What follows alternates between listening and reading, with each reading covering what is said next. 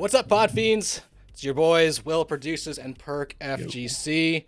Another week, another beautiful day to have a Caffeinds cast delivered straight to your ears and your faces. Welcome to twitch.tv/Caffeinds. Huge news in the world of Destiny today, so let's just jump right into it. Before we do, however, around this channel, we have a tradition, and that is to cheers our caffeinated drinks. As I said on Twitter, this is a place for hot takes and cold brews. Cheers, my dude. Boing. Mine's in a regular mug today. A regular mug. All right. I was going to say, oh my God. Also, I'm sorry, we have to call this out. X Guardian just dropped our first sub ever. I want to take a second. Awesome. Wait, who was the first sub? I was. Get wrecked, Gino. Get absolutely destroyed. I was the first sub, but also shout out to Gino and also Quinn. All right. The first one that since we've been live, I saw it pop. I wanted to make a thing about it, but it's not a thing about it. Okay. Mm-hmm. All right. And Queen. Okay. I'm leaving the podcast. It's done. It's a wrap.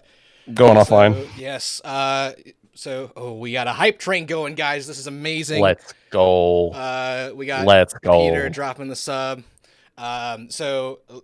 As per usual on this cast, before we go into the things, we need to talk about the giveaway. We have technically not chosen the winner. I'll explain that in a little bit. So you have time, if you're following on Twitter, if you're following on Twitch, make sure you're following on both. Let us know what your favorite Destiny memory is. That part is kind of just optional. We'd love to hear from you. We're just going to pick someone who's following on both platforms. No, I want to know. I still want to know. I want to read them. Yes. We'll do that at the end of the show. What are you grinding this week, real fast? Just Reckoner. With Queen, actually. We're doing Reckoner gear sets. That's literally all I'm doing. I've had so much grinding for raids and stuff. Taking it easy this week. We're doing Reckoner. Cool. Cheers. How about you? Yeah, I am doing all the collectibles and lore books and stuff that I haven't done before, which was fun. Going through braytech.org's interactive maps and just checking off the lists of like Lost Ghosts and Lost Dreaming City stuff. Yeah. We need to talk about the Xbox Games Showcase where Bungie revealed the Stasis trailer for Beyond Light. We have the trailer ready for playback here. Do it. And we're going to just step through it and talk about it. So, Perk, you see the program monitor, right? I don't, but I'm also watching it live, so we're good. I got you. It's all good. Cool. So, this is the first shot of the trailer. We see three Guardians walking through the snow towards like an ancient antenna dish. There's a dome that we'll see on the very right-hand side of the corner. Yo, what's up, Nighthawk? Thank you for the follow. This is going to play into a lot more of the... This is a great establishing shot. You'll see this in another upcoming shot of Europa as we go forward. Anything you want to mention here? No, honestly, just the only thing that I'm going to mention is this gives me Destiny 1 vibes. And I feel like that's like my tagline at this point. But it's worth mentioning because I'm just harkening back to the hype that it was around, like that mystery and that like uncertainty of what was going on. So for me, whenever I see something like this, it just gets me hype. And that's all I can really say is big Destiny 1 vibes. It reminds me a lot. Love the scene. Remember the antenna from the that wizard came from the moon mission? Yes. This reminds me of that a lot. 100%. Bring your level just a little bit down. All right, moving on. Next shot. So the three Guardians, we zoom in. This is actually below the plateau. You see a tent. You see three people that the Guardians are approaching. That's the silhouette looks very similar to Eris, the Exo Stranger, and the Drifter. Noticing on the backs of these guys, everyone's got backpacks. They do have backpacks. They're geared out. And one thing that I'm noticing too is like we've seen like different backpacks and different stuff like on gear in the past, but this looks more than like it's just gear because the gun is actually hovering on the right side of that Guardian. That gun is like that would normally clip through because there is a certain hover height for weapons and stuff. So either they're bringing in some like new assets, changing some stuff up on the way that we see our Guardians and kit them out with gear. Or there is an actual thing that's going on with the backpacks, which I have a theory about, but continue. Cool. Next shot here, moving forward. This fallen Stasis wielder. Yes. We'll see more of this guy in like one of the very last shots, but one thing I want to talk about here is he's almost as if he's meditating with Stasis, but this fallen looks a lot different than the fallen that we see elsewhere in this trailer, and also 100% that we have in the game. He is sort of all in white, which we do see some other enemies in sort of like an Arctic all white thing, but this kind Shatter of White confirmed. Yeah, well, maybe, hopefully, that would be awesome. Thank you, Magical Ronin, for the sub. Yo, thanks for the subs. And we got Ape in chat as well. So I have a suspicion that this is Mithrax. I was thinking that too. I also have another suspicion. I was reading some tweets and reading a lot of stuff. I don't know if you want me to get into this now, but I have a distinct theory about why Stasis is ice themed for this. So let me know. Let's do that in our takeaways after Sure. the whole thing. I'm so excited to talk about it. Dope. Cool. So we're stepping through Bungie logo. It's awesome. So this shot here on the left, the extreme left, you see that frozen city that is like straight out of the concept art. And on the right, this architecture that's coming out of the ice. And we can't really tell if it's a building that's been like toppled or if it's something jutting out.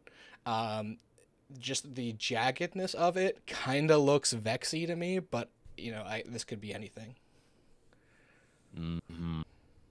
I mean, the Vex vibes are there, but I know this is a Fallen expansion, so I kind of, as cool as like it would be to see like what the Vex are doing on like a frozen planet, I'm more interested to see if this is something different, if this is a piece of the lore, like what actually is going on with that. So I'm hopeful that it's not just, just a Vex thing. I'm really hoping it's something like brand new that we haven't seen yet. I'm getting big Venus vibes from this. I was gonna say Europa is towing that line. I think Venus is one of my favorite planets in D1, just because the pure mystery, like what's there? What is the Vault of Glass? How far do the depths go? And we're gonna see in the next couple of frames. I mean, you can already see on the surface of Europa those big chasms and stuff, and the way that the planet is actually staggered. This already is looking like the most versatile landscape that we've seen in Destiny so far, honestly. Hell yeah. Because even like, I guess the most differential terrain has actually been on the moon, because the moon has like the surface, and then down below, we'll have like lots of sprawling chasms and stuff like that. Maybe even Titan a little bit with the whole arcology that was different than the top side. But this map and everything that they have shown so far is just huge vibes that like, we're getting a location that's kind of exploring more of what the engine can handle, which I'm excited for. Hell yeah. Gonna come at you in like 4K 60 FPS on Xbox One Series X. All right, this shot, 3 Guardians approaching a pyramid that's just like on top of the ice as if it has like landed. Stuff to notice here, more pouches, like the grenade launcher on the back of the Hunter, which is on the right. You can tell it's the Hunter because it has this antenna. You're gonna see a lot of that. People are talking about this grenade launcher. It has tag for Hunters as an antenna. Antenna Hunter, yes. Love it. So it's got like a screen on the gun that kind of looks like a heartbeat sensor from Alien, but like with a detailed map on it. It looks pretty cool. And then you see sort of like what looks like the same aesthetic as that weapon that people are speculating is the flamethrower. On the Warlock's back, who's wielding a bow. The Warlocks. Speaking of backpacks too, shout outs to X Guardian for those 5 gifted subs, dude. That's amazing. Dude, Gino is actually the goated. So much. Okay, you can be the first real sub. I take it back. I take it back. Canonical sub. Yep. No, first canonical sub. I was the first. I called him out. I get credit. Gino, for that. first of his name. That's right. Absolutely. All right, moving on. But yes, let's go to the next slide, because now is when it gets interesting. Yes. So, the Fallen catch over Europa. So first thing to notice is in the foreground, you can actually see that same hut where Eris, the Drifter, and the Exo Stranger were from that first Yeah. shot. I'm assuming that's honestly going to be kind of our check-in point. I have a feeling that the stranger is going to be a vendor, and that's kind of this little wall external thing is kind of where we're going to most likely have one of our zone in points, if I had to guess. Yes. Well, I kind of want it to be Eris so that she has like this Yoda-esque home, like, it makes us eat Eric living bad in an soup. ice hut. Yeah. Oh god, that's totally doable because she's not in the tower, right? She's not in the tower at She all is like she definitely was not in in the D1. tower. No. So I mean, she could be living out Could. in the ice. I Um, figured. Well, actually, no. She's on the moon. She's on the moon. I forgot about that. She has that little encampment on near outside of Archer's Line on the moon. Forgot that about is that. true. Me too. But So she could just leave. She could, and it looks like there's a tauntaun out front. I mean, I don't Feeling know what that. that is. That looks like Guardian. Like tauntaun. that's I'm two calling it. Guardians. But Nah, it's then a like tauntaun. this little bed on the outside, who knows what that is? Anyway, I mean, you never know. Tauntauns. Just saying. I'm down to cut them open. I thought they smelled bad on the outside. You know. Yeah. So obviously the big focus of this shot is the catch and the 3 drop ships underneath it. That's going to be huge. This is the beginning of the Fallen Presence. We see that same sort antenna dish over here, and then behind it that domed city of Europa behind it. Exactly. All right, moving on. So this shot, we are inside the catch, or at least some fallen architecture. This the first thing to notice is the new fallen clan symbol that are on all these banners here. People are saying this is like House of Darkness.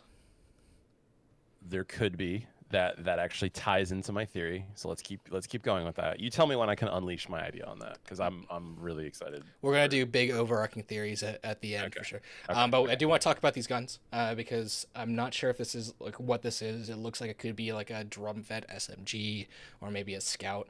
Yeah, I was gonna say either, but at least we're seeing like a new weapon style, which is just all we needed. Just give us something, change it up.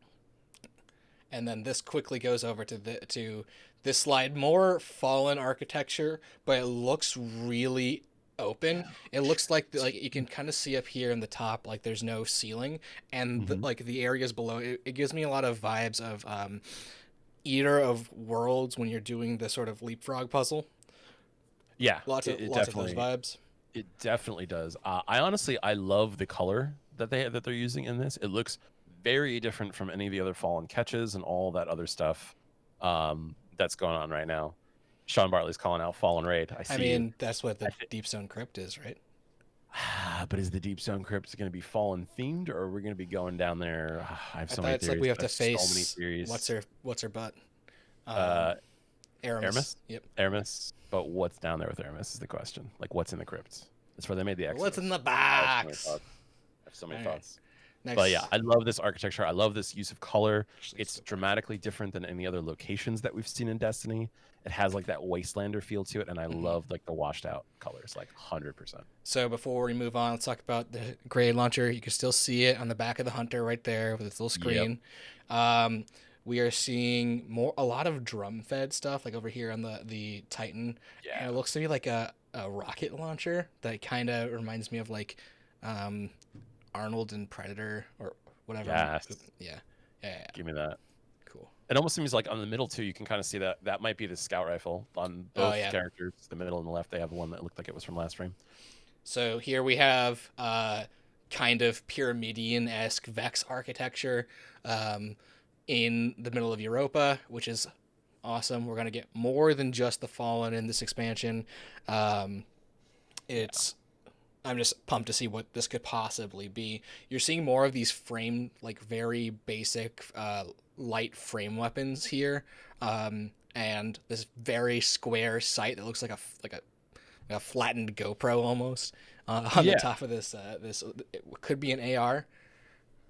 It could be. Honestly, I like those because it reminds me of a lot of the weapon styles that we had back in Prison of Elders that were kind of Fallen themes, but were also like basic and sort of seemed like things the Fallen would scrap together to kind of get going. So it looks nice.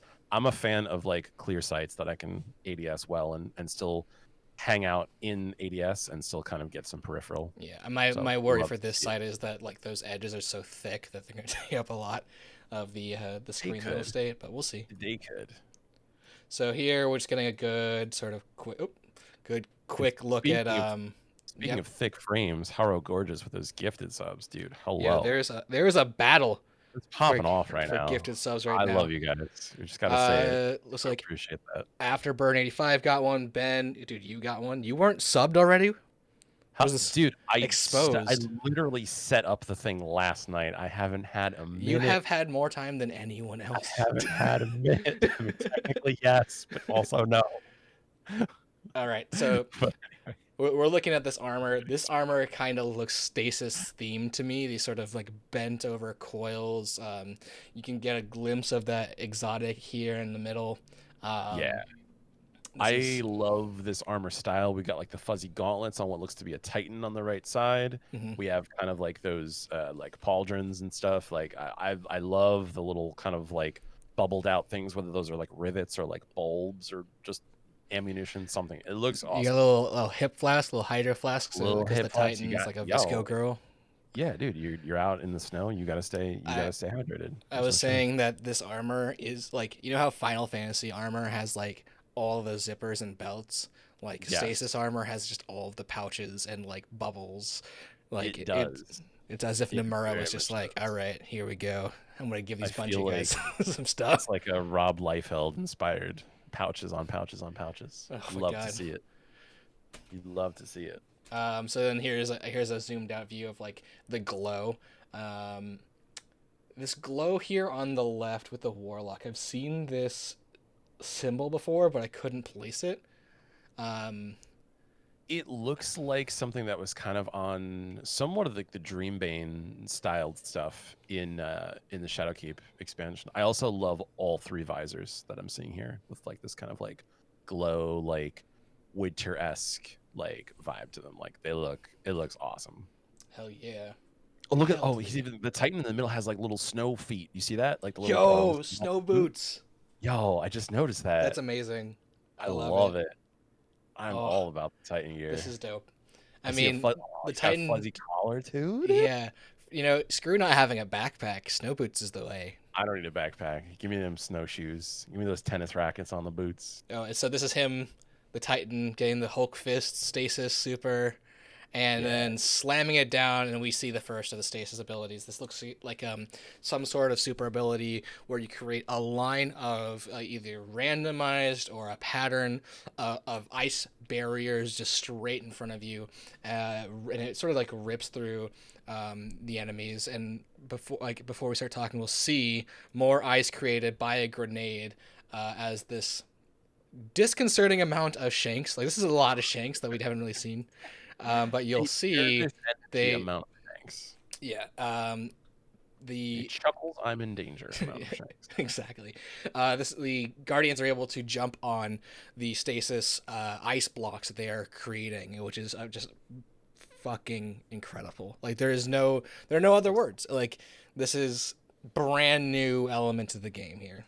It's so sick. Like when they threw that grenade. First of all, I mean, for me as a Titan main, when the Titan slammed down, creating that shockwave out, that is a super that I've been asking for the striker or one of the subclasses since D1. I was like, I just want to like I get that like I slam near you, but I'm like I want to slam far away and shoot stuff out on the ground. Like that's what I want to do.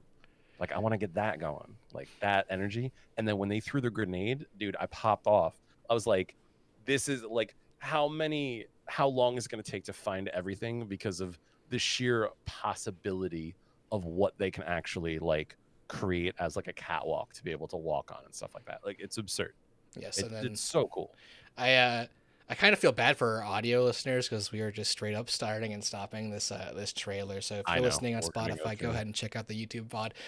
Before we move on, though, as we were going through this, Moose brought up this point that like jumping puzzles and like raid mechanics could now force you to use stasis essentially by having just stuff out of the way, and you gotta jump to a stasis like block to move on. Hell yeah. This kind of hold up. This is very similar to Breath of the Wild. The use of the word stasis, ice blocks.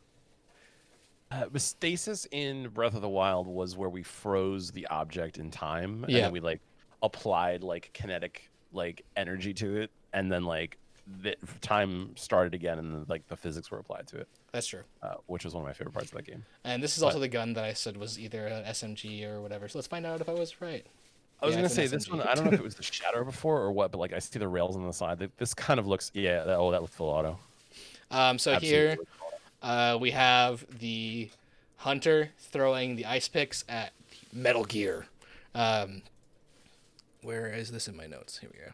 Oh my lord! Speaking of throwing ice on a hunter, Xlock just took the throne again for the gifted subs. You guys are insane. Man.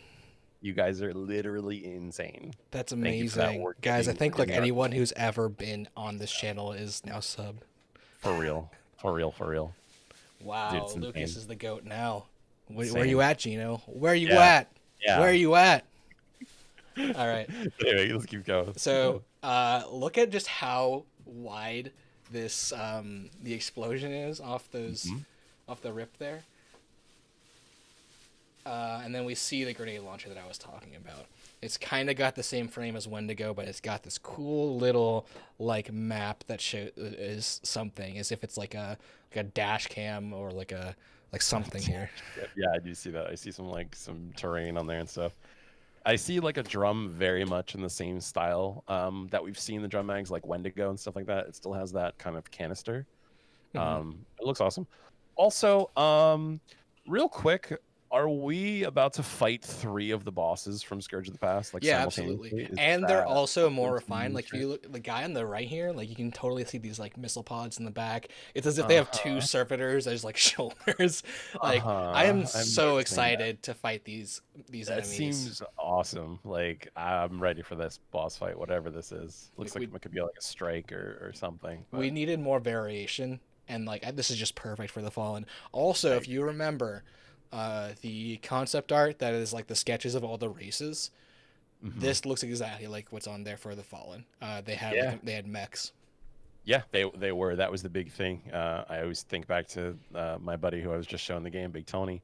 He was like, "So are the Fallen the purple ones?" And I'm like, "Kind of." Like, kind of the Fallen are like the purple ones. But the thing that I'm seeing is just they're really, and this goes back to the first thing I said, where it looks like the guns were actually sticking kind of on the back, like looking like either the character models were like, tweaked to make it look better, or there's just looks like there's a little bit more freedom that they have with the engine in general, just from the visuals. And also consider this too, like a lot of times for Destiny's in engine, there's a limitation for the amount of like large enemies that they can have like on screen at the same time. And here we see like 3 of these dudes like together. So just mechanically wise, like I'm super excited for what that's got in store. So yeah, it's bananas. BANANAS. BANANAS. So then we're getting onto the encase mechanic.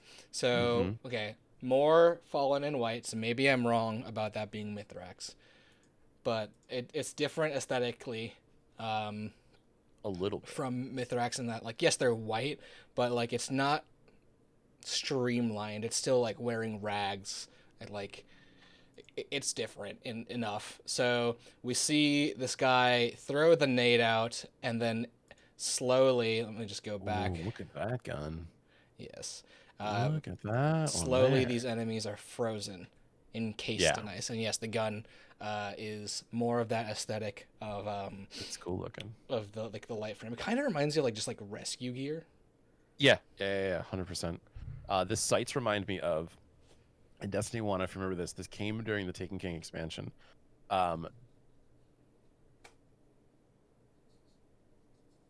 Hello? Did I lose Perk? Uh-oh. Technical difficulties. Give me 1 second to see what's going on with Perk. In the meantime, I was going to read out all these subs here. I'm back. Hey, Perk's back. Cool. Hey, there was a crazy thunderstorm that just rolled in, so if you lose me again, it'll just be another reboot, and I'll have to get back in. Apologize. No worries. Of course, this would happen like when we're on like so much to talk about in a crazy hype stream. But that's just how I do. That's what happens, all of that. Not gonna lie, dude. I don't know if your camera's working, but Good. we'll fix it live when we get Good. to it. We're still in the middle of the walkthrough. Sure. Keep going with the walkthrough. Yes. We move on to PvP. We see it what the freeze nade for hunters actually looks like. As he throws it, and then bam, there's like a wall of ice. That nade, so yeah. The one thing that correlates too with that is that when you look at that ice nade, it's sort of like a lot of these powers look really, really similar to powers that already exist. Like when you go back to that throw from the Stasis Hunter, where he did, it's basically the Blade Barrage. It's just in a different subclass, shooting out like a different element. We didn't show that yet, definitely but seems that was in one of the frames that we saw, like the early one. Oh, okay. Well, against PvE. Yes. This wall, I mean, there's a the void wall nade. That is the same essential code, but you just build something that comes out of it, right? Just extrude. Oh yeah. Out of the void wall, and you've got stasis wall. So this hunter. Let me just make sure that the game sound is all the way down. Throws a shuriken, hits them twice before they are encased in ice and completely frozen here. Mm-hmm. Let's watch it again. And he reacts on this on Widow's court here. I mean, so yeah, obviously, like they freaking freeze the Guardians like mid thing. This is arguably like that scene for everyone that everybody was like, "Oh my lord, we're gonna be able to freeze people in Crucible and stuff like that." And something to notice is that one of them's highlighted red. They are. So yes. that means that there's some fuckery here. Either targeting or Bungie was using kind of like a closed test to sort of see some things around and then kind of do it in the closed environment there. But for sure, it looks like. Are you away from your microphone, bud? Sorry, I'm trying to get my camera working. It looks like there's something where like at least you can either target it or do some sort of chicanery with it. And my original thought is that there's no way that this is going to happen without some sort of like large caveat, like large drawback to like these powers being that absolutely absurd. Like there's no way that would happen. Mm-hmm. Sorry, my wife has just discovered. What is that? I don't know what this is, but there's hair on it. On the flesh. Don't worry about it. Filipino food. So here comes a big thing. Oh, come on, dude. So we see the staff come out in first person, which tells me this is probably a melee ability. Yeah. And then it hits an AoE. Titan comes out here in some sort of charge, either a long range finisher because it kind of looks like he's charged, or this is a melee from Titans as well, like just a Superman punch from long range. Very well could be. Yeah, absolutely. So that's huge. Then we see a hunter getting essentially Phoenix Dive. It looks like just interacting with anything that's encased in ice will shatter it, which is pretty dope. much. Yeah, pretty much.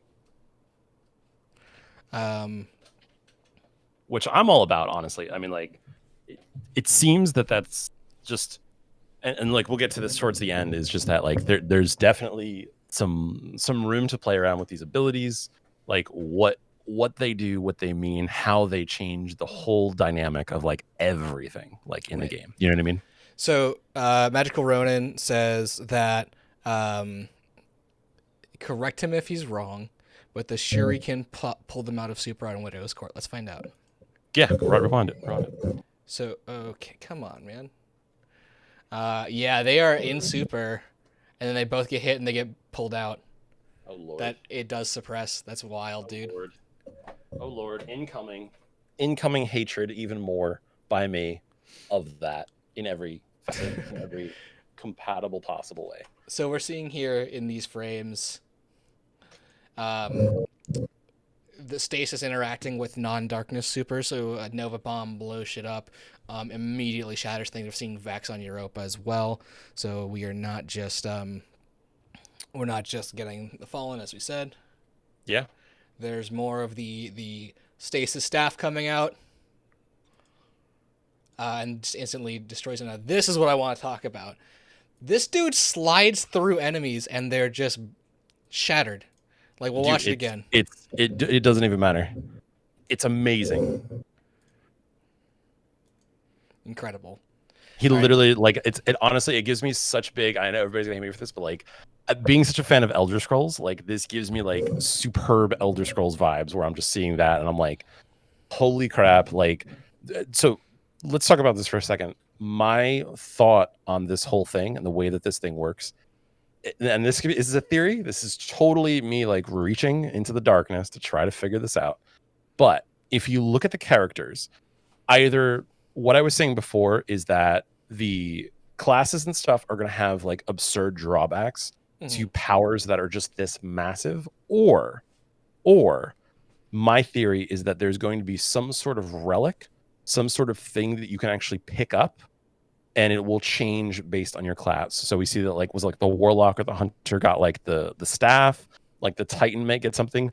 These might be something that we can use in conjunction with our other supers or various other things. Like, it looks amazing though. Yes, I had something sort of prepared for that as well, where like we're seeing things that like multiple different melee abilities that maybe you like pick and choose, like a pick 10 system for COD. Yeah, it's possible. Fucking amazing. Anyway, so here on screen is the animation for the warlock staff, Stasis staff. It looks awesome.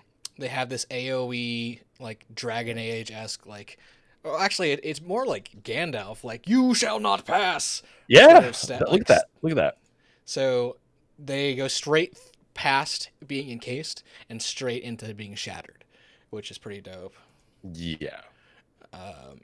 Then we see more of the Titan melee, like the charge melee here. Let's, you know what? We're smart here. Playback speed 0.25. Let's take a look at the warlock. Oh my like, God. look at that. Yeah, go back and look at that. He's floating. It's still a roaming super. Yeah. Okay. It looks like a roaming. I see that. That is a melee ability, 100%. That AoE. That's what I'm. Yeah. Look at that. Look at that. Look at that. That is a humongous AoE. That thing echoed into like that rippled into the back of the room there. So here's the exotic that everyone can lose their fucking mind about. Ugh, I'm losing it over the Titan, just dashing it with a massive like single punch like that. It looks awesome. So yeah, people are calling this Icebreaker 2. I just noticed that there's little thermoses on the warlock armor here. He does. Dude, you got to stay warm. You got to stay hydrated. You got to stay warm. He's probably got a sandwich in the backpack. Dude. Like this is not your regular expedition. The backpack is 100% just for sandwiches. It's just for lunch. It's canon. Dude. Like it's canon. 100%. Like it has to be. And I love like the helmet is like, it kind of reminds me of like the Hayabusa helmet from Halo 3, but like in a bonnet. Like the bonnet thing with like is shitty fucking football pads on the chest. Like, yo, 100%. 100%. I think somebody in chat earlier was just like not vibing the warlock gear. I like the chest piece that it's like armored, but like the helmet is weird. It's like so weird. I'm all about the weirdness in this expansion. Bring on the weird looking shit. I was gonna say, talking about the gun. Here, go ahead.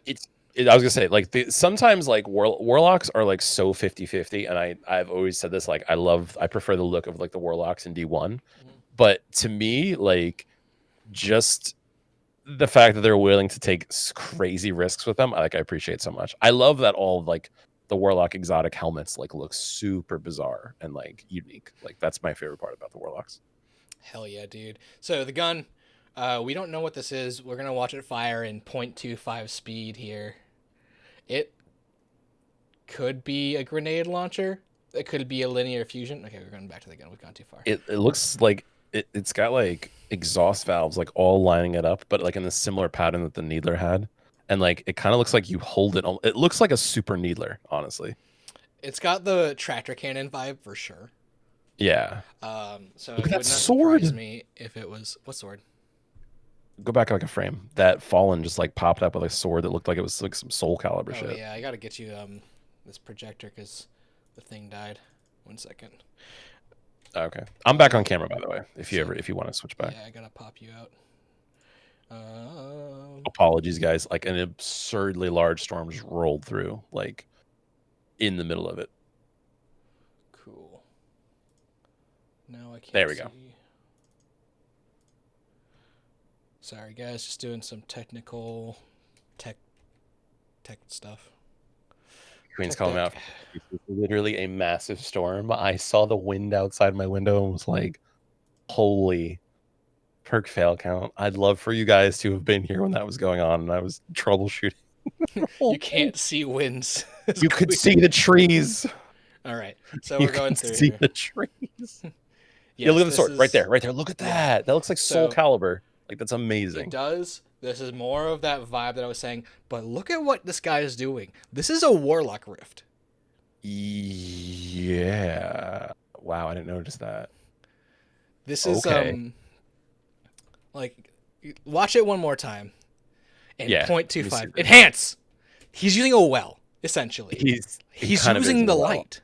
I'm not gonna lie. He's definitely in a well. Look at look at the light coming over his fucking helmet, dude. And the swords look exactly like a Stasis version of the D1 exotic swords. Yeah, they definitely do. Like that secondary crystal thing shooting out there. It's a big Mr. Freeze vibes coming off him. You know who else this could be? Who? Dismantle mines, yes. No way. Do you think that's actually Varix? Think about it. He doesn't have 4 arms. Oh shit, he doesn't. Whoa. Unless he like actually doesn't. I don't know. I mean, like maybe that's a souped up drag though. Potentially, that's kind of crazy. Look, it's possible, but also spinfoil hat here. This is a good guy. Like I really want to see House of Light stuff. Like I really. Yeah, that would be insane. If that's like there are more arms. Okay, I was gonna say, dude, I love Varix and I miss him. You just like, we kind of missed it because you can see it now. Okay. All right. So, crisis averted. Look, it's not Varix, but still could be House Light. That's what I want to see more than anything. Ugh. Yeah, dude, I would love to see that. I would love to see Varix. I was gonna say if we saw Varix return in like 3 frames of this reveal, I was gonna be like sideways because we need a bigger reveal from my dude. So here, Varix is awesome. We get a closer look at the supers. There's that slam. Yeah, the slam the staff for the hunter. Confirmed floaty staff, and just the Titan walking like a badass away from him, like a split open pyramid. Yeah, that's an awesome visual. That's the ice running in. And that's so. Actually, go back a second. Does the Titan have a different exotic there? What's that one? That looks a little different. Oh, you're right. It does look a little different. Yeah, that one's got like a long kind of focusing beam to it. There's like a cowl over the top, kind of on the handle part. That could almost be a trace rifle. Yeah, it could also be a skin. Could be. Actually, no. This is not different. It's just the lighting. You can't really quite see like the frills in the front of it. It's the same. All right, that's fair. They all look awesome though. I love this visual. Yes, this is great. Cool. Let me pull up the show notes real fast. But yeah, dude, this is it's been a great day for Destiny. Now I'm gonna bring us back to our faces. It's been an amazing day for Destiny. Oof. I was watching that, like I watched that a bunch when I was having dinner before, and I was just like going over it, going, man, like there's a lot of stuff like going on there. Like there's just so much that they added. I was kind of surprised. I was watching the Xbox conference just to see what was going on with Halo, and also just to see like what was going on, kind of like with the model that they had for purchasing and stuff. I did not expect to see Destiny being added in its entirety to Game Pass for all of the expansions and all of that other stuff, on top of like seeing new stuff for this expansion. So like that was awesome. I was blown away by that. And yeah, dude, it was overwhelming with the amount of stuff. Like we actually had an entirely different set of notes and stuff that we were going to be talking about on this podcast. Yep. That we literally just like threw out Crumple the window up, when throw we that- just those like notes away. toss them because there was just so much other stuff that was going on. So One day we'll that talk was- about that was how we fantastic. prepared for getting our raid jackets. Yeah, did you get yours by the way? I actually I have to ask. Here, I still have all the packaging. All right, beautiful. on it, but, I was gonna say everybody else had been getting theirs, so I wanted to make sure that you got it. just gotta. Right. I love this one by the way.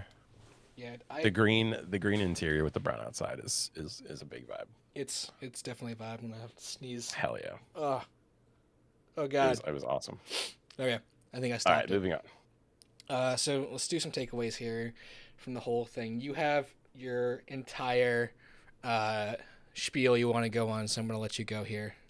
So yeah, so hear me out on this, and if Sean is here, I kind of like saw his tweet earlier on about how he was saying that he didn't see, like he didn't initially associate ice with the darkness, and I agree. But let me kind of go a little bit further.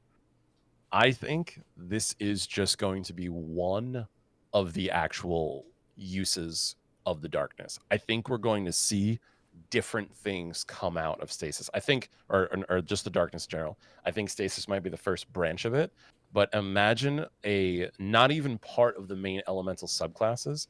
Imagine just an additional way to spec your character with more abilities that kind of forks off into different paths, almost like think of the orb system like in Final Fantasy X, how varied it was and how much there was that you can kind of get into. It was called the Sphere Grid, sir. Sphere Grid. Okay, I'm sorry. We were talking about how much we love Final Fantasy Yeah. earlier. I'm sorry for forgetting the Sphere Grid. But So you know what I mean? Like fast. imagine just like this is just the first part that we get. And we're starting with this, and our exploration into using the darkness is going to be something that kind of carries forward into like a lot more stuff. So if you recall, back when we talked about the first Beyond Light reveal, I asked you a question. Yes. And it was you and Sean, right? For that no, that was our first episode. It's been I think like that was our months. first. That was So- our first. I actually brought this up then, and so you didn't answer the question. And I was like, whatever, fuck it, we're gonna go ahead. But I was like, all right. yo, Stasis is like, there's gonna be 3 elements. There has to be 3 elements for the darkness. Stasis is one. What do you think the other 2 would be?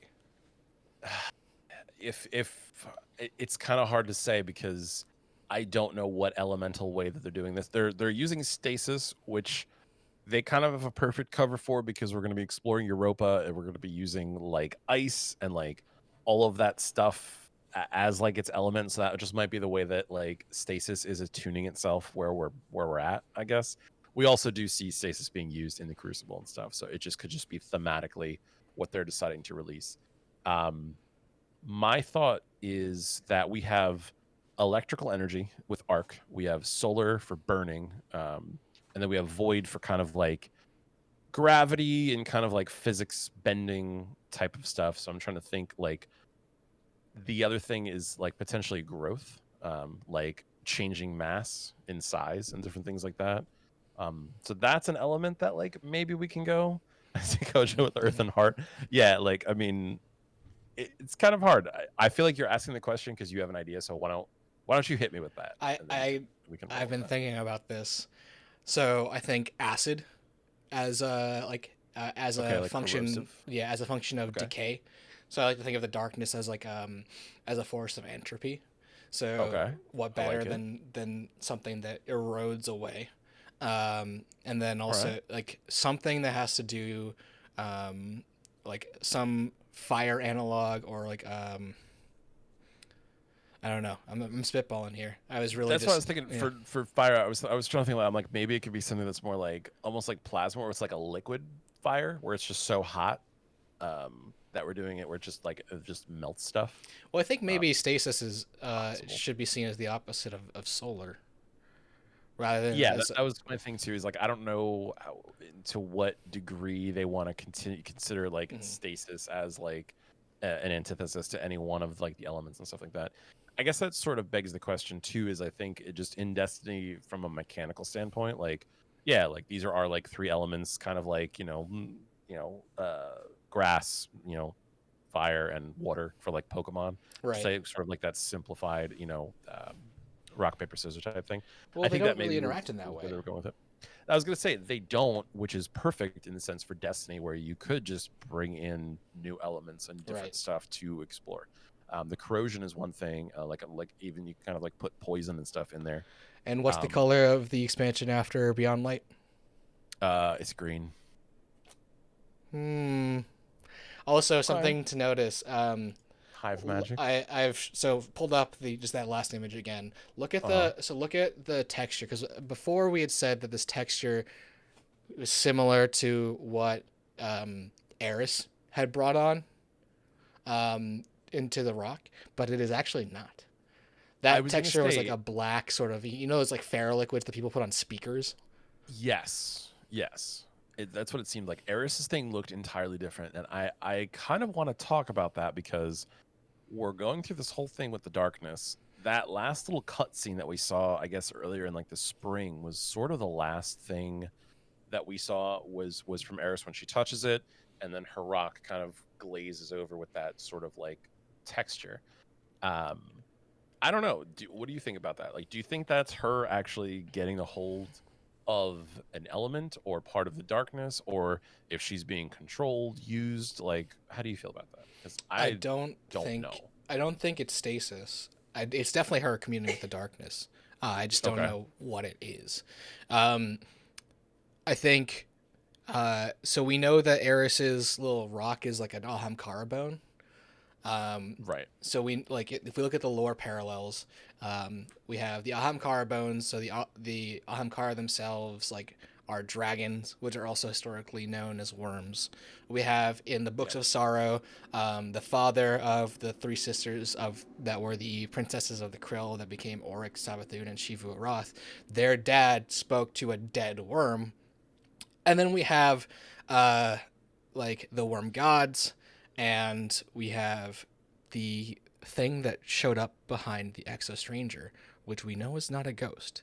So these things are companions. I think my prediction is that those things will be called worms. Okay. So, but my counter argument to that is the thing that showed up behind the Exo Stranger. It seems technology. Like it seemed like technology. It didn't seem like anything organic.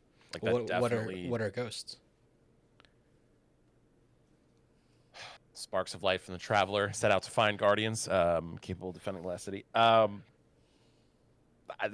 sort of like we'd have to answer that question for the Traveler, because the Traveler is the most like ambiguous piece of the whole thing, because the Traveler is like magic and technology like together, which is Destiny's whole thing, right? Right. Like magic and tech like combined into one.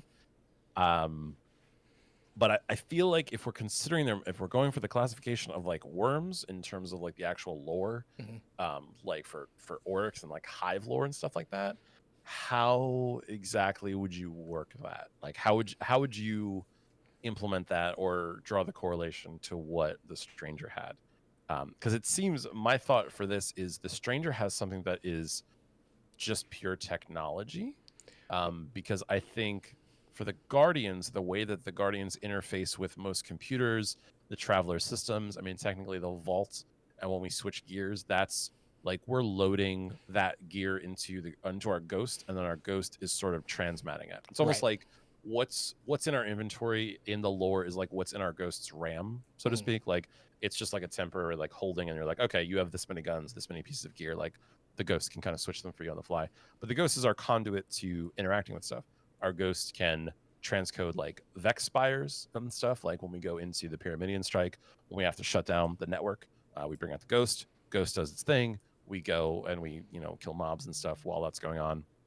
So to me, the way that I'm looking at that for the Stranger is that her things seem to be a little bit more of kind of what a person who is Guardian-esque would need if they didn't have a Ghost to do all that stuff with.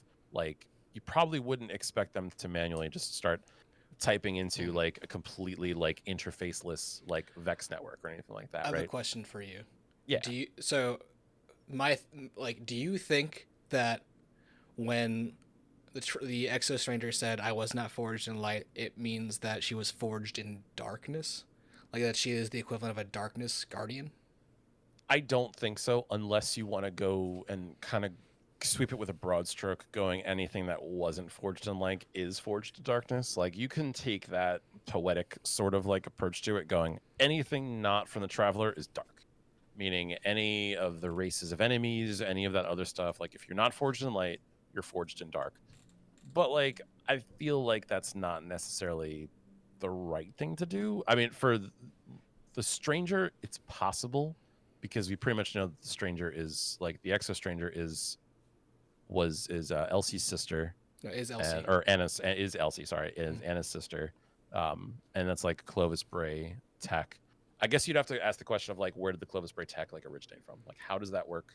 Right. Where does all that stuff like come from? Like, it's clear to me, and I might be wrong, that when we look at like the pyramids activating in that first cutscene, that same sort of organic machinery is what that thing behind the Stranger is, which is what makes me think that she is that analog, and that it is an analog to a ghost. I think it's why Luke Smith had to say it isn't a ghost, is because it serves the same function as a ghost, but it is just like a mirror to what a ghost is. And that's why I had this theory, like, okay, so if the darkness is the equal of the light and its ancient enemy, and it has similar methods of doling out power, it would stand to reason that it does so in 3 elements like the light does, and it does so using ghost-like technology. Yeah, I mean, it's possible, but I think did we see any other enemies? I mean, we see that Fallen using those 2 swords, right? Mm-hmm. So I guess the question would be, how do the Fallen interface with the darkness if there is like a dark ghost, kind of what Elsie was using, right? Well, there was I guess you have to tread that. Yeah, so there's the shot at the very end. Do I have that trailer still pulled up?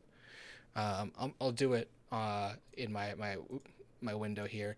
But there's a shot during the the Beyond Light reveal of Aramis holding this like pyramid thing, and it's part of like the collector's edition, that is so reminiscent of Eris's bone that it like makes me want to connect with them. Let me just pull this up so you can see. Yeah, let me see that. Because I was gonna say for Eris, like I initially the lore on like her was that was sort of part of her ghost when because she was a guardian. Whenever she kind of got converted into whatever powers and stuff that she's got, that's kind of what that was. So she was kind of clinging onto that rock as sort of like that being the last remnant of who she was, like as a guardian, so to speak. But we've learned that it is technically not. Like, it is technically an Amkara bone. And I don't know if that's an indication of that's just something that she picked up when she was down there, or it's something that she's just been holding on to, or it was she's had it before she went into the Hellmouth. That's confirmed in lore? Okay. Yeah. I was gonna say because Eris participated in the Great Hunt. So okay. This frame here, you can see. Let me actually like roll from here. Aramis is holding this thing. There's some sort of power. Okay. Yeah. And I mean, then, we also know that like, the spider liked to collect ghosts and stuff like that too, right? This shot. There is. Okay. That's true. And presumably that's going to be our new cover for a while. Yeah, that is the cover for Beyond Light. Yeah. Yeah. I mean, I guess like the question is, are we assuming that is that a pyramid on purpose? Does all the pyramid stuff break into pyramid shaped like pieces? Is that how they like deconstruct and do all of that stuff? Like how, so far, I suppose, right? Like if you look at like stuff from the Contact missions, like they're very triangle heavy. Yeah, and I guess that's very possible.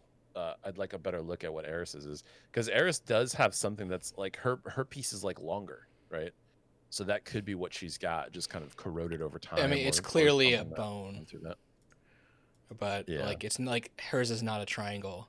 But the thing about these things is like they all have like, you ever read the lore tab where Callus tries to like mimic the Bearer Mine Yes. magics?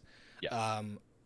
A lot of these tap into that sort of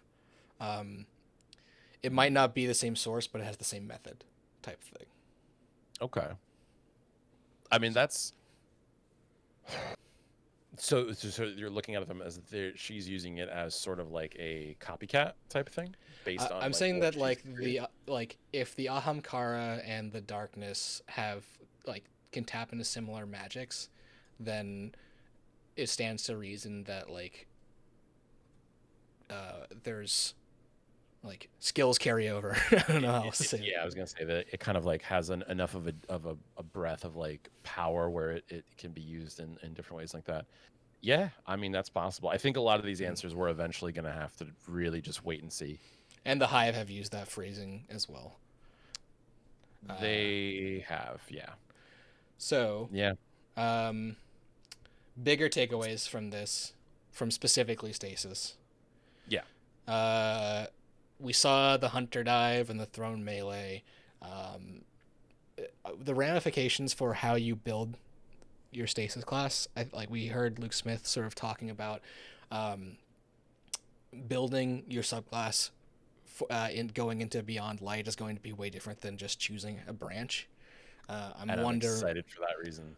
I'm wondering if that is a choice in melee or if it is like a class ability like Phoenix Dive is. Like I'm wondering how these things work for the Stasis subclasses. If I had to wager, just to guess, like this is something that I've been saying, right?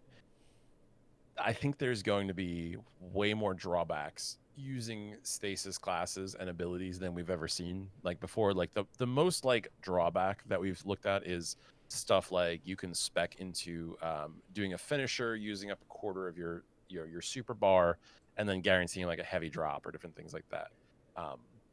So for those uses, it's been like a slight drawback. And things like back in D1, if you were a striker titan and you wanted to use shoulder charge, that means that you couldn't also use Juggernaut, which is the perk that activates is when you're running forward, you get an overshield after a couple of seconds. So you can like kind of charge at somebody. You don't have access to the shoulder charge, but you can close the gap more safely with that overshield.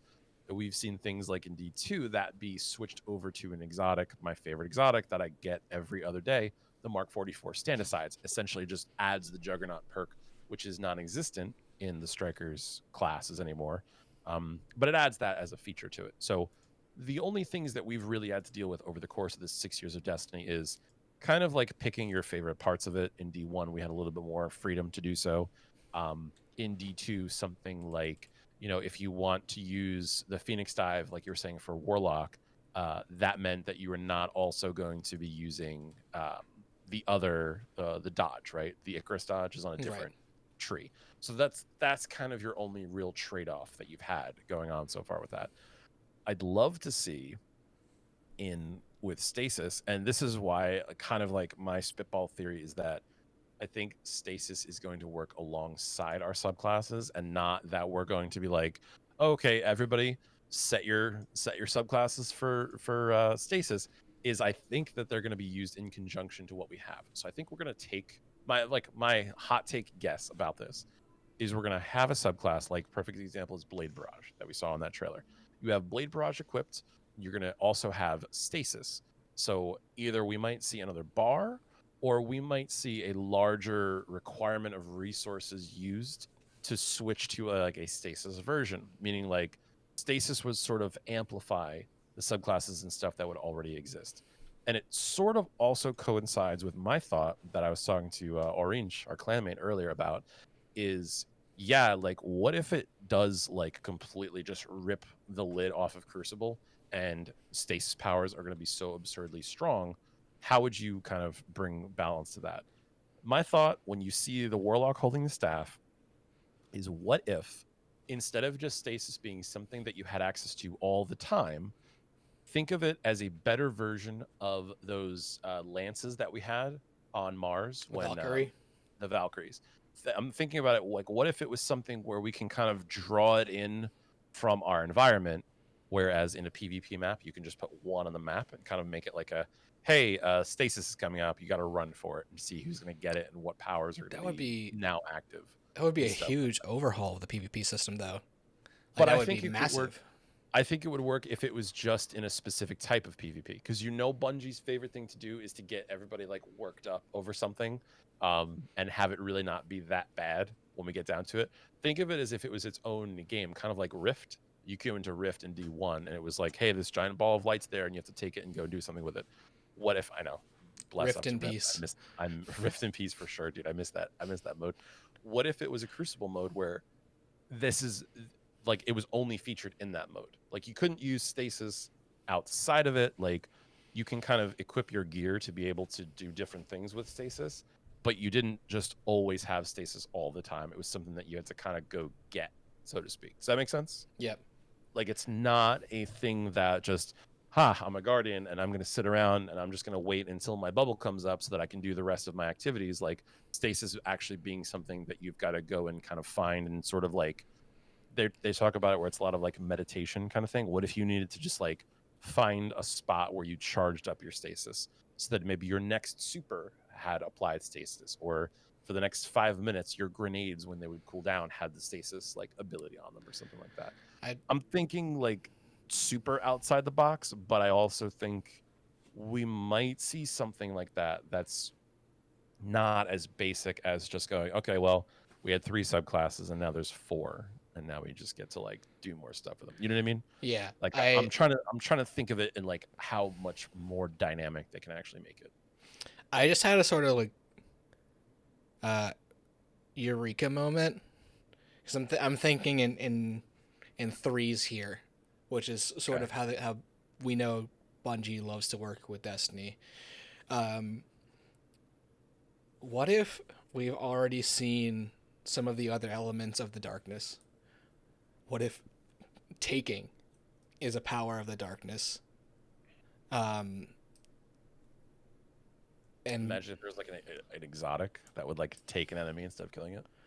I mean, like we know that Oryx got his powers from the darkness by eating Akka, right?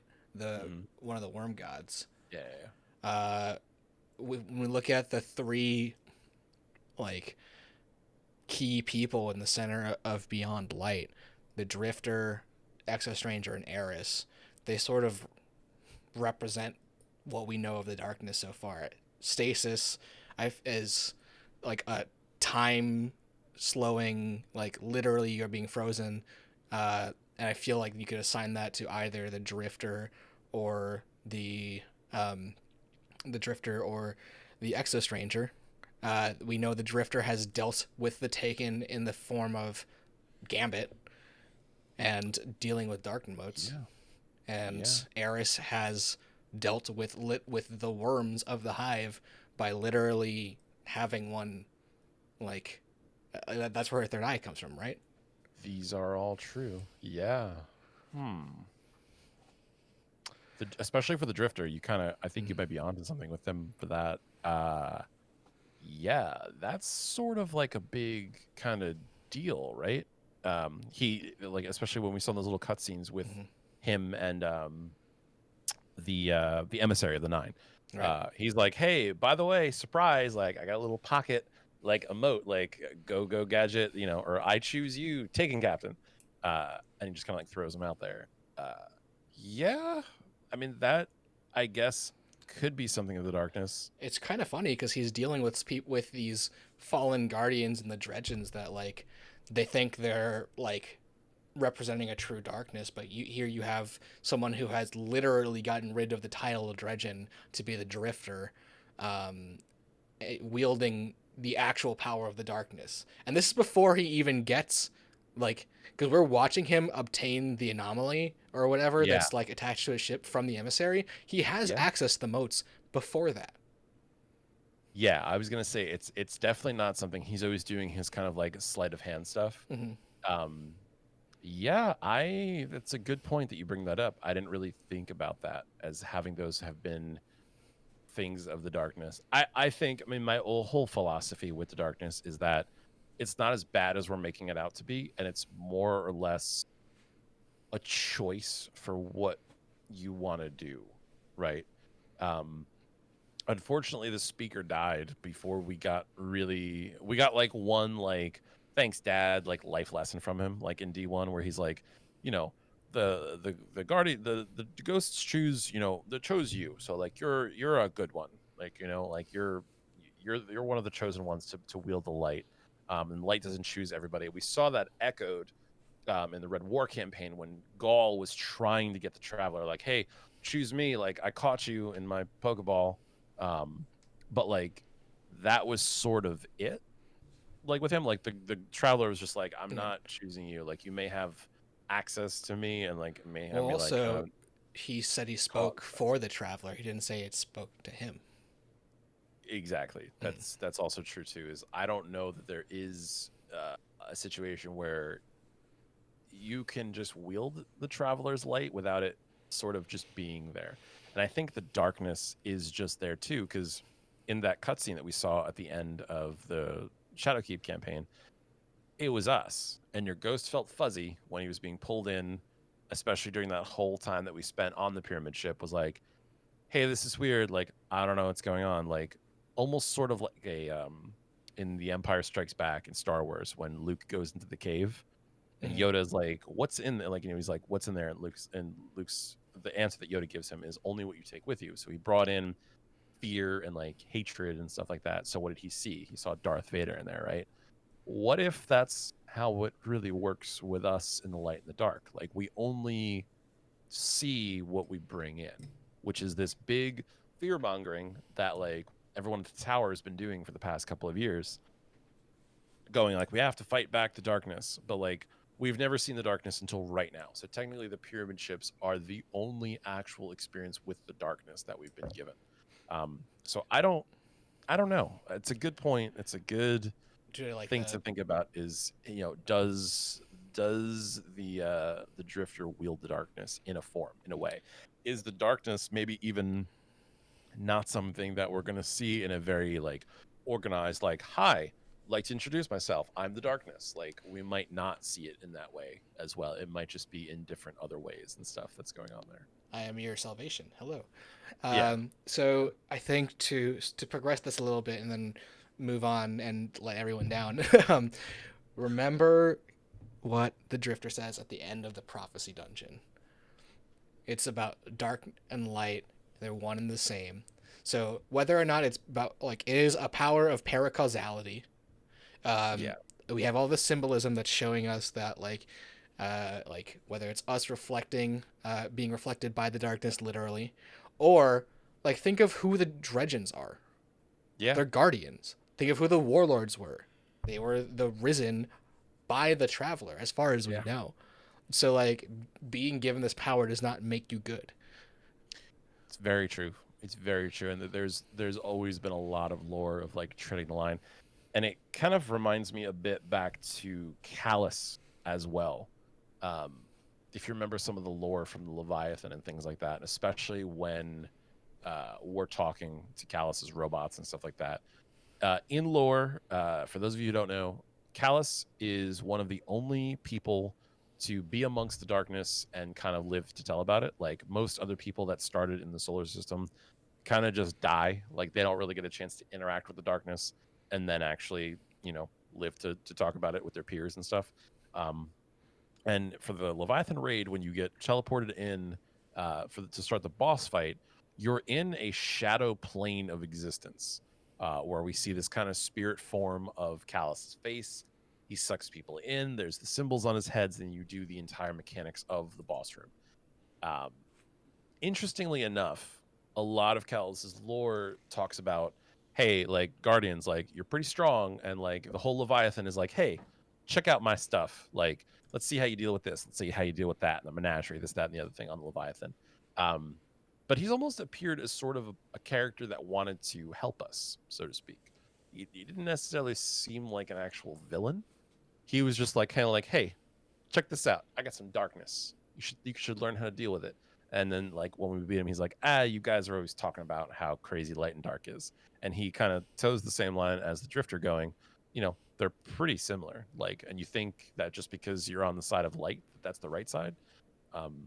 There's always that kind of thought brought into everything. Is like, are you on the right side as a guardian? Like, what if we're the bad guys? know. I've got You the know? power of God and anime on my side. Yeah, I mean that's certainly an option. It's certainly an option. One thing I want to talk about is that bringing in stasis as an element, like just mechanically and like not even lore wise, it means that we're going to need to see just a butt ton of new weapons that use stasis across all archetypes. Not just like, oh, we need one scout rifle that's stasis. We need like a 180 hand cannon, a 110 hand cannon. Like we need like aggressive frame snipers and rapid fire frame snipers. Like across the board, which I can see is like sort of a major undertaking. And like the more I think about like what is needed to make the element actually even compare to the other elements in the game, the more daunting it is, which goes hand in hand with the fact that the game got delayed. But yeah. I mean, I guess my question would be, I'm sure there's going to be like stasis shields, and there's probably going to be a benefit to having a stasis weapon to like destroy a stasis shield, or we might see that as something in like a raid where we'll need to kind of deal with much in the same way that we deal with like challenging champions where they're unstoppable, anti-barrier rounds, et cetera, overload. Are we going to need to break those shields? But two, will we see some exotics? I'm almost certain that we will see at least one exotic that does a stasis thing, like, hey, we're hitting something and it's freezing it and doing different things like that. So, like, how do you feel about that? Like, what do you think do you think the game needs that mechanically? Does it really need? Because honestly, like, aside from like a specific encounter, like when I go into a Nightfall on higher difficulties where it's like, hey, it's match game, I'm like, cool. That's like the only time that I really think about elements, to be honest with you. Like for most casual play, like even in a raid or something like that, when was the last time that you were asked to actually use an element specifically to get something done? right. Didn't happen in Leviathan, didn't happen in Last Wish, didn't happen in any of the raid layers. The dungeons didn't need it. You're kind of like, the elements have always sort of just been categories. The same way that the Arden the armor Arden. I read Garden and I thought armor at the same time. Peter's got a good point. He got me with it. Garden triumphs. Why? Derailing the perk train, all about it. Hype I'm train, gone perk now. train. You shot me. I'm gone. But literally though, like outside of categories, because you think about like okay, like Striker Titan, like okay, I know how that class behaves. I know what's kind of like part of it, and like what other stuff kind of comes along with it, right? Arc armor, I go, okay, I want hand cannons and shotgun scavengers for Crucible. Let me use, like, this gear is good for this. Let me convert it to arc so that I can kind of do that stuff. The elements have really only shown up in very specific uses. Arguably, the anti-barrier overload are more of a challenge to deal with and more versatile than the elements have ever really been. Like, even essentially for raid encounters, if you think back to the Vault of Glass, one of the hard things that we had to handle was Minotaurs. Because back in the Vault of Glass days, we didn't really have a ton of gear to really work with. When Crota came out, I think it was called Swordbreaker, the shotgun from the Crota raid was a Void shotgun. It was a really, really good shotgun. And coincidentally, that ended up being like the go-to weapon for when you had to handle Minotaurs. So if you're holding the Vex plates, which is those little circles that you just have to like basically survive in and let the kind of barrier build, you'd have Minotaurs that were coming out of a spawn point. So really the only thing that you had to do was just make sure that somebody had a Void element to handle the Minotaurs. But it didn't really matter because you could throw any Void gun on there. Pretty much every Void shield that I've broken in the past 2 years has been with Recluse and now Gnawing Hunger to a different degree. Like, I kind of don't even think about them that much because I'm like, oh, all right, yeah, Void shield, let's switch over to this. Like, the barriers, the piercing rounds, and the overload and stuff like that has been, to me, in my opinion, a much better implementation of actually getting challenging enemies into the mechanics and like the loop of the game. So for me with Stasis, I look at it in terms of like, it's just cool thematically, and how does its element enhance the game, like we've seen with the grenades where you're walking up the walls and stuff like that. That is super intriguing to me, and it gets me excited. But I never really, like, going back with what you're saying about the guns, I never really cared like what element a weapon rolled in, to be honest. Like, it's always been a thing, but I don't think it's ever really mattered all that much. Also, think about armor rolling in Stasis, because we have the current split, and it's not to say that the Bungie couldn't change it, but like you have shotguns and bows and heavy machine guns on Arc, you have SMGs and grenade launchers on Void, and auto rifles on Solar. How does like the mods for Stasis are going to be completely different? So like, I'm interested in how that works. That's all. Yeah, we don't know anything. I was gonna say, I totally agree, because I mean, like, the way that I look at it with the armor and stuff like that, like, I get that there was like, it was kind of a chase thing, right? Like, and that's kind of going back to my point, is that now that they've let us re-roll the armor, I get that it's a cost, and I get that, okay, for sword and hand cannon and shotgun, that's governed by Arc. Sniper reserves and grenade launcher reserves, that's Void. So you have to kind of commit your armor sets to having that. But does that really add anything like RPG-esque to the game? It essentially just walls us off from doing certain things, but it's also not. I've never felt like, ooh, yes, I have this element, like, I'm going to do this with it. The element I more just think about, I'm like, ooh, cool, this is an Ikelos shotgun. I don't care that it's solar. I just care that it's an Ikelos shotgun, like, because it's good for those reasons, right? Not any reason that has anything attached to its element or anything like that. That's just why I've never really like cared all that much about the elements outside of just their categorization. I like the solar, hammers are solar, golden gun is solar, flaming swords. Like, thematically, it looks cooler than it actually means to the game itself. You know what I mean? So that's why, with Stasis, what would they do? What would they just make it like, oh, like it's Stasis armor, so now it rolls with these perks on it or something like that? Like, yeah, I've always felt that like the element is one of the weaker like RPG aspects of the game itself. Like, it doesn't ultimately really make that much of a difference to me, at least. That's just the way that I look at it.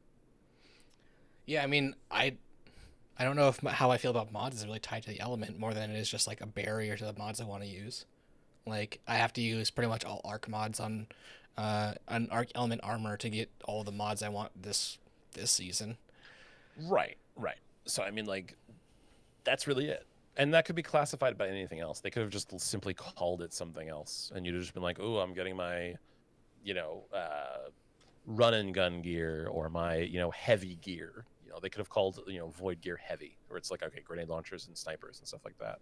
Like, the element that actually is attached to it really doesn't mean like all that much, honestly. Right. I think it's just they're just using the nomenclature of the game to just kind of like add something to it. Cool. That's me, and that's like a hot take. I just think it's, with the way that everything in Destiny is kind of just like all like stacked together to get the picture of what the game is and how it works, I think it's fine. I don't really mind. I kept an inaugural address from back in year 1 when you can roll the elements and have them like install the mods to make them different. I kept a different one just so that I could say that I was different, just to be difficult about it. Honestly, how'd that work out for you? You find any clutch uses for it? I mean, I use the thing in Crucible all the time. It goes amazing. I love that thing. But I mean, are you popping supers better than? No, not at all. Like, absolutely not. In the long run, hasn't mattered that much, huh? It's never mattered. That's kind of the thing for me, is that like I think that that's just such a small piece of the game that it ultimately doesn't matter like at all, basically. Yeah, I think so. The final takeaway of this is we gotta take a step back. Look at this from like 30,000 feet. This is all done at the Xbox. What was the name of this thing? The Xbox Games Showcase, and the big takeaway is that all expansions for Destiny are going to be on Xbox Live Game Pass, or Yeah. just Xbox Game Pass, which means you'll be able to play not only on Xbox but also on PC with all of the expansions minus the seasons. That's Yes. kind of a huge deal, and can play into just the overall like population of the game in a I very think positive way.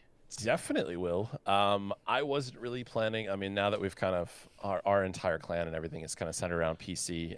I do have some friends that play on Xbox, and I've already been a subscriber of Xbox Game Pass because I think it's a dope deal. But kind of exciting the fact now that I know that if I end up getting an Xbox or something like that, not only can I have a nice couch version of Destiny, I won't have to rebuy the game. Like it's all there. It's all good. If you're jumping console generations, and maybe you play Destiny a little bit at a time. Maybe you don't like to go insane and grind everything day one, hour one of a new raid and stuff like that. Maybe you just want to be like, all right, hey, I'm feeling Destiny. I can jump into it. If you're already on Game Pass, you can just go, hey, I've got everything. I'm not missing out on a single piece of content. As long as I have Game Pass, I can jump in. My characters are there. I can go between platforms, all of that stuff. I think that is massive, and I actually did call it earlier on over the summer. I was like, because there was the talks of like Bungie kind of being a partner with Microsoft again. Someone brought up that like maybe they're going to be the ones kind of helping out with the anti-cheat. We know that they're geographically in the same location. There is a relationship with them. They were there, partnered for launching the Halo franchise. And now, obviously, a big step together is them saying, "Hey, like we're gonna get our game on Game Pass and have Destiny there." I think that's friggin' awesome, and especially the fact that they even mentioned using the Azure cloud to stream Destiny to mobile. So we'll see how that works out too. I've played on mobile from time to time You can do that on with Sony an stuff, iPad. for sure. It's just cool to have. Honestly, sometimes you just want to like grind a thing, and it's just, it's there. You got it. You're doing it. I'm warping around the screen. Yeah, no, I was moving like it because to you see were. myself. Yeah. I know I had you. For me, I'm like, well, first of all, like, how much does Game Pass cost? Because I saw for a while, like, when I used to do Gears events back in the day, it was like, do get a month for $1. Like, first month is $1, and then what? So pretty much, you could just keep getting the dollar deal. If you have it and then don't have it for like a little bit, they'll let you do the dollar again. Sometimes I see like 3 months for $15, so it's like $5 a month. The PC version, interestingly enough, I think is $5 a month, and then Bro, the what? other, like the full version, the ultimate version, is like 15 a month. Like I think that's like its true like rate. or anything like I that. would like. I would pay $5 a month for Destiny if I didn't own everything. Dude, it's pretty worth it, I gotta say. And like, funnily enough, this is not sponsored by Microsoft or anything like that. Legitimately, just appreciating the service, and I kind of do hope, for the sake of the other console exclusives, that others do follow suit, because it's kind of like, we just talk about it. That's like the Netflix of gaming. Like, you have the subscription, as long as you got the sub, you get to watch all the movies. For this, you get to play all the games, and there's none of that streaming crap where you have to like send it over your network and then like be at the mercy of that. Like, you just need to have it. actually have it like Yep. stored locally on your devices and stuff, which is awesome. So yeah, I mean, I'm just excited to awesome. see how that affects the population of the game, dude. Yeah. Not much else to say there. So yeah, let's for sure. move on to clan affairs. So we're gonna wrap up the show here, and then we'll talk affairs. about things. So member of the week. It's our first joint member of the week. It's going to Peter and Jared, the hosts of our Sunday Fun Days streams. Sunday. Just for Sunday fun. bringing the community together in like a very fun way. Guys, congratulations on being members of the week. You earned it. You guys really did, and like it's even hard to pick one of you guys, because like with the outpouring of just support and everything, has been fantastic. But you guys killed it with Sunday Fun Day. I was roped into it last minute to play Friday the 13th, because the game showed up in my inbox from Jared, forcing me to be a part of it. And we did some tactical recon, stealth, hiding in a closet missions.